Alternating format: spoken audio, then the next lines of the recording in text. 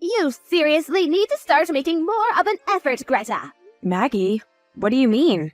With Chad. Chad? What about him? Is he really my grandson? Yes, of course he is. He doesn't even say hello to me when we walk past each other on the street. Not only that, but he won't even look at me. How on earth are you raising that boy for his manners to be this bad? Huh? But when I go out on walks with Chad, he always says hi to the neighbors. He's usually so polite. I'm sorry. Well, you know what? I don't need him.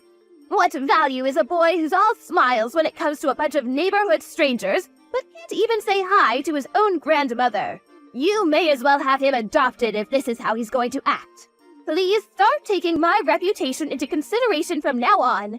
Do you have any idea how embarrassing it would be if any of the neighbors saw my own grandson ignoring me? Maggie, I told you this before, but my son isn't some tool to boost your reputation. You wait outside the gates after school, snatch him away from his friends, and force him to carry your bags. You never stop talking about how he's going to Harvard and make him spend nearly all his free time with private tutors. Have you ever stopped to consider that maybe he's just avoiding you because he doesn't like the way you treat him? I've never heard such cheek. How dare you speak to your mother-in-law like that? Believe me, I want him to like his grandma too. But if you insist on continuing to treat him like this, I seriously doubt he ever will. Saying I'm at fault here? That's simply not true. I've been around a lot longer than you, young lady, which means I know a damn sight more about the world than you do. The problem here is your parenting, plain and simple. If you were teaching him the proper manners, this wouldn't be happening. The first step is to acknowledge your flaws as flaws, Greta. You'll never make any progress if you carry on living in denial. Right. Sorry.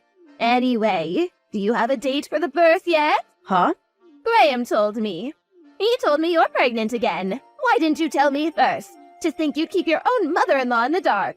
Sorry, I've been so busy lately I've barely had time to think. Oh, this is what I mean when I talk about your flaws. You really should be working on improving this aspect of your personality. Let me make one thing clear. You absolutely will be giving birth to a girl this time. I won't forgive you if you give me another boy. You won't forgive me? That's totally out of my control. Yes, I won't forgive you. I think you know why, too. What do you plan on doing if you pop out another rude, disrespectful brat like Chad? What this family needs is some brightness and warmth. All you've done is provide us with misery so far. I know you can do this, Greta, so don't let me down, okay? By the way, if it is a girl, I will be naming her. Make sure you don't go sticking your nose in and trying to influence my decision, okay? Excuse me? You'll be naming my daughter? Of course! I've dreamed of having a little granddaughter for so long now. But me and my ex-husband got divorced very quickly and Graham is my only child. But remember, as his wife, you are technically my daughter, so you're obliged to defer to me on naming rights. So basically I should just keep my mouth shut while you pick my daughter's name for me? Exactly, see, you get it. Perhaps you're more intelligent than I thought. You can't be serious. Surely a child's parents should be the ones who decide on a name. A mother-in-law's word is absolute. If you won't acknowledge that simple principle, you're not even doing the bare minimum required for me and you to have a positive relationship. I suggest you think long and hard, young lady. Anyway, this isn't a discussion. What I say is final. Make sure you take Graham with you every time you go to the hospital for a scan. Since you can't be trusted to communicate with me properly, you can take my son with you. I want to know whether it's a boy or girl as soon as you two get the news. Do I make myself clear? It's a boy, isn't it? Yes. You really are the most useless wife of all time. How many times did I tell you to give us a girl? Graham is sick and tired of you too. Maggie, listen to me. Whether my child is a girl or a boy makes no difference to me. I'll love it all the same regardless of gender. But seeing my husband screaming and shouting like that at the hospital today was honestly terrifying. Graham was shouting? Yes. Stuff like, why isn't it a girl? And do something about this, you useless quack of a doctor. Then he grabbed the doctor by the scruff of the neck. When he was done giving the staff what for, He turned on me, yelling in my face till he had nothing left to yell, then he just went home on his own. Why the hell is a child's gender so important in the first place? I don't know what to do anymore. Graham's supposed to be the one I can rely on the most in the world, but I feel like I barely recognize him anymore. Please, will you talk to him for me? Not a chance. Huh? Oh, what do you mean, huh? As far as I'm concerned, Graham did nothing wrong.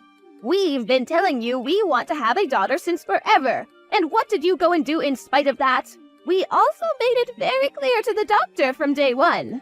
Not just that, but I've been phoning him every day ever since just to make sure he got the message. You did what? You phoned the hospital every single day? Of course I did. The incompetence astounds me. To think we went out of our way to make sure both of you had ample warning and still managed to fail in your duties. You should be ashamed of yourselves. He's a hack, and he deserves to have his license revoked. Isn't it only natural that someone so bad at their job should be yelled at? My son did nothing wrong. Hospitals are ultimately businesses after all. Why the hell do they exist in the first place if not to meet customers' needs? Wow, I'm in total disbelief here. The gender of the baby was nothing to do with the doctor. Do you really think he has any influence over that? Medical technology is very advanced these days. Advanced, I tell you. There must have been something he could have done. I advise you to stop giving unsolicited opinions on matters you don't understand. But wow, Greta, seriously, another boy? Oh, Lord, give me strength. At least tell me you're having him aborted. My God, what's wrong with you? I'd never do that. Fine, then we have no choice. You've forced my hand. The boy will be having a sex change. Huh? Oh, you hear about it all the time. People who identify as females despite being born in male bodies. They have operations to turn them into girls so the exterior matches how they feel inside. To it that he has the operation as soon as he's born. If money's a problem, I'll cover it, so don't worry about that. Well, what do you think? Greta, are you there? Are you reading my messages? Sorry, I had the sudden urge to throw up. Oh, come on, you're such a whiner. It's only a bit of morning sickness. You've done this before, surely you should be used to it by now. No, it wasn't morning sickness that made me feel like vomiting. It was you. You're absolutely disgusting. Excuse me? No one in their right mind would seriously think it's a good idea to make a newborn baby have a sex change operation. First of all, you're only saying that for your own selfish reasons. You literally have no regard for what he himself might want. It's genuinely sickening. Oh, get off your high horse, you stupid bimbo. I wish my son never met you. If you think you're going to get away with speaking to me like this, you've got another thing coming. I have some tricks up my sleeve, you know. You'd be a fool to underestimate me. Do whatever you want. I don't want to have anything to do with any of it. Greta, is everything okay? Hey, Mom, what do you mean? Did something happen? Your stuff's here. Huh? Did something happen? Your personal belongings just arrived at my house. I assumed it was you who sent them. What? What? You mean it wasn't? You didn't know anything about this. No, it's the first I've heard of it. I'm at work today. When you say my personal belongings, what exactly do you mean? A moving company showed up with about 10 cardboard boxes full of your stuff. They're labeled stuff like clothing, furniture, accessories, you know, everyday items. What the? Don't you have any idea who could have done this? Couldn't be. Wait, how are things between you and Graham? Are you two getting along? Mom, can I come stay with you at your place today? I have the next 2 days off work. Of course. That's fine, darling. If you want to talk about something, I'm here, okay? Greta, did your belongings arrive at your mother's house yet? I knew it. It was you. Aren't I just the worst? But really, what did you expect? Graham's got my back on this one. He agreed it was the right thing to do. The divorce papers should be arriving by post tomorrow, so make sure you get them signed and submitted ASAP. Divorce? That's something for me and my husband to decide in private. We haven't even discussed it yet. Surely you can't be serious. Graham's the one who asked me to send them to you in the first place. Don't shoot the messenger. He said he had nothing to say to you, so he asked me to tell you instead. I see. And where do you propose the kids fit into all this? Did you think about that? The kids? Oh, those useless brats. What good are they to us? You can have them. You can raise brat number 2 by yourself as well. My son will be paying the bare minimum he's required to in child support, so don't worry about money. See. Fine. I'll sign the divorce papers immediately and hand them in tomorrow. Well, would you look at that? Look how she changes her tune the moment money is mentioned. Oh, you're so transparent. It looks like you are only getting your grubby mitts on my son's money all this time. Don't make me laugh. I don't want your money. My dad sat next to me right now and he saw all your messages. He told me to cut both of you out of my life immediately. And you know what? I think that's a great idea. So that's what I'm gonna do. He told me he'll be looking out for me financially from now on. Your dad? He was involved in real estate, right? I remember Graham telling me something about him owning a lot of property on the West Coast. He also told me about how, in spite of that, he hasn't helped the two of you out financially even once since you got together. That's because he wanted us to know the hardships of earning money and learn to get by on our own merits. He thought we'd never learn anything if we had everything handed to us on a plate. And I agree, don't get me wrong, things were difficult at times, but I feel like I'm a wiser person for it. Anyway, now I'm bringing in a little money on my own too.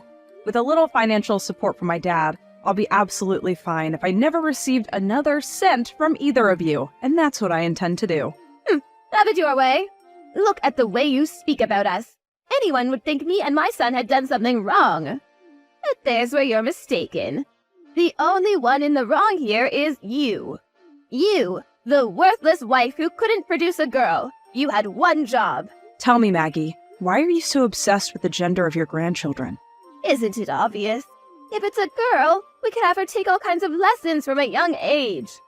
Singing, dancing, piano, acting. We could raise her into the ultimate superstar actress. Then one day, when she makes it onto the big screen and she's a household name in America, she can buy me a big, luxurious mansion by way of thanks. I saw a similar story on the news just recently, in fact. With Graham's good looks and my high intelligence, she'd have beauty and brains in ample supply. I really think she'd have what it takes to go the distance. But no, those hopes and dreams were dashed against the rocks by this abject failure of a wife. I've had enough. I'm struggling to even bring myself to reply to you anymore. You're the most selfish person I've ever met. Whether parents or grandparents, everyone has a responsibility to show gratitude towards the people who raised them. Oh, and you've made your decision now, which means you better make sure you don't pester us for money after this. You had your chance and you blew it. I told you very clearly I don't want your money. With that out of the way, I think we're done here. Never contact me or my family ever again. I want nothing more to do with either of you. That's my line. How fortunate for me and Graham. We get to cut you out of our lives like the tumor that you are without even having to pay a cent. Goodbye forever, you useless good-for-nothing. Edith, oh my, it's been a while. How have you been? Oh, it's me, Maggie. You know, the exceptionally kind woman who allowed your tragically useless daughter into her family for a little while. I see. My daughter told me you'd never be contacting me again, so I didn't know who it was. Well, you see, that was my intention, but changed. I messaged you because there's something I urgently need to talk to Greta about. I couldn't get through to her number, so I messaged you instead. Oh, I see. What is it then? Why do you want to talk to my daughter? Well, you see, here's the thing. Graham got married last year. Oh, he did? That's amazing news. Congratulations. No, it's not amazing news at all. Excuse me? His new wife is just awful. I've never met anyone with such a rotten personality. She seems hell-bent on making an enemy of me. On top of that, she's the one who wears the trousers in the relationship. She turned my poor Graham into her own personal worker drone slave. Even he can't make her see sense. I see. That's a real shame. But wait, that's not even the half of it. The most unbelievable thing is that apparently he can't even have kids. Oh, really? Well, there are all sorts of couples around these days. I suppose that's just the modern age for you. Oh, that's not the point. I wanted Graham to provide me with a little girl more than anything. Surely it's a wife's duty to meet her mother-in-law's expectations. Oh, good grief. Anyway, now you understand the awful situation we're in. I'll get to the matter at hand. You see, I was wondering if your lovely daughter Greta would get back with my son. Excuse me? Let's face it, I'm not the spring chicken I once was. I'll probably be in need of care within, 10 years? I'd have to be delusional to think there was any hope of his current bitch queen of a wife looking after me. So basically, Maggie, what you're saying here is that you want my daughter to get back with your son so she can change your diapers when you get old? Oh, why do you have to put it like that? Anyway, that's not the only reason. Look, if you get her to come back, me and Graham will accept both of their boys back into the family, and they can finally be raised by their mom and dad together. We're even willing to overlook the unfortunate fact of their genders. How does that sound? I don't even need to bother my daughter with this nonsense. The answer is obviously a big fat no. What? Besides, you just told me he's married. What about his current wife? Well, naturally, I'll be having him divorce her. A woman like that is simply not suitable to be part of our family. Lucky girl. I wouldn't wish the misfortune of being part of your family on my worst enemy. What's that supposed to mean? But really, if anything, you're the ones who aren't suitable for my daughter. Greta won't be having anything to do with either of you again, just like she's already told you very clearly. So that's how you're going to act, is it? I see the apple didn't fall far from the tree. You're just as bad as her. Your manners are abominable. You're so arrogant. It's about time someone knocked you down a peg. Fine, have it your way. I'm never contacting you again. And don't think I'm bluffing this time, I mean it. Wow, really? Thank you so much. Oh, what good is a wife who could only produce boys anyway? Good riddance. Oh yeah, one last thing before you go. It's about the baby. Her name's Angelica. WTF? Like Greta came up with it all by herself. You know, because that's what parents do. Isn't it just beautiful? Wait, what? Just wait, can you confirm something for me? Sure. You're talking about the baby that was born just after the divorce, aren't you? That was a boy, wasn't it? Nope, girl. What? Oh no, don't tell me you didn't know. Obviously I didn't know. The doctor himself told me it was a boy. Ah, of course. So get this. It turns out the image on the ultrasound at her first checkup was blurry, which means the doctor got it wrong. He realized his mistake after the third scan. My beautiful granddaughter. She's the biggest bundle of joy you could ever lay eyes on. Chad and her grandpa absolutely dote on her. I don't believe it. That kind of thing actually happened? You're lying. You do realize I can find out whether what you're saying is true very easily, don't you? Just come clean. Let me just stop you there, sweetie. You are absolutely not, under any circumstances, welcome at our house. Okay? I could send you a photo to prove I'm not lying. But actually, you know what? Why do I even need to prove anything to you? You mean nothing to me or my daughter, and really you shouldn't even be speaking to me right now. I'd feel bad for little Angelica to have someone like you even seeing a photo of her, so I'm gonna pass on that one. Don't mess me around, Edith. Is she a girl or not? Yep. Anyways, if you'll excuse me, I have to go and pick the kids up from school. Wait! Edith, please. Excuse me? I'm being bullied by my new daughter-in-law on a daily basis. I've taken to the bottle. I barely eat or sleep. Please. My son's no use either. She's got him wrapped around her little finger. I think they may actually end up kicking me out of the house at this rate.